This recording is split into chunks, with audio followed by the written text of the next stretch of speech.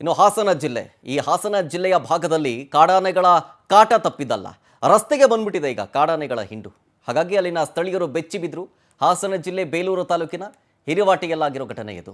2 ಮರಿ 3 ಹೆಣ್ಣಾನೆಗಳಿರುವಂಥ ಕಾಡಾನೆಗಳ ಹಿಂಡದು ರಸ್ತೆ ದಾಟ್ತಾ ಇತ್ತು.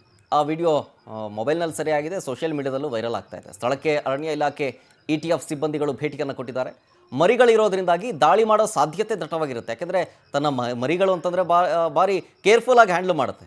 ಸೊ ಹಾಗಾಗಿ ಎಲ್ಲಿ ತನ್ನ ಮರಿಗೆ ಎಫೆಕ್ಟ್ ಆಗಿಬಿಡುತ್ತೋ ಅನ್ನೋ ನಿಟ್ಟಿನಲ್ಲಿ ದಾಳಿ ಮಾಡೋ ಪ್ರಯತ್ನ. ಹಾಗಾಗಿ ಭಯಭೀತರಿದ್ದಾರೆ ಅಲ್ಲಿನ ಸ್ಥಳೀಯರು.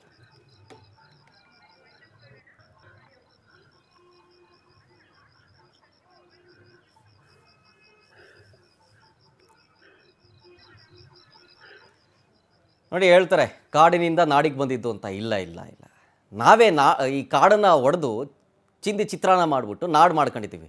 ಪಾಪ ಅದು ಹೇಳ್ತೀವಲ್ಲ, ಎಲಿಫೆಂಟ್ ರೋ ಅಂತ ಹೇಳ್ತೀವಿ, ಎಲಿಫೆಂಟ್ ಪಾತ್ ಅಂತ ಹೇಳ್ತೀವಿ.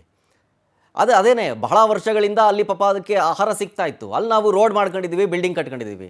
ಕಾಡಾನೆಗಳು ಏನು ನಾಡಿಗೆ ನುಗ್ಗಿಲ್ಲ, ನಾವೇ ಕಾಡನ್ನು ನಾಡು ಮಾಡ್ಕೊಂಡಿದ್ದೀವಿ ಅಷ್ಟೇ.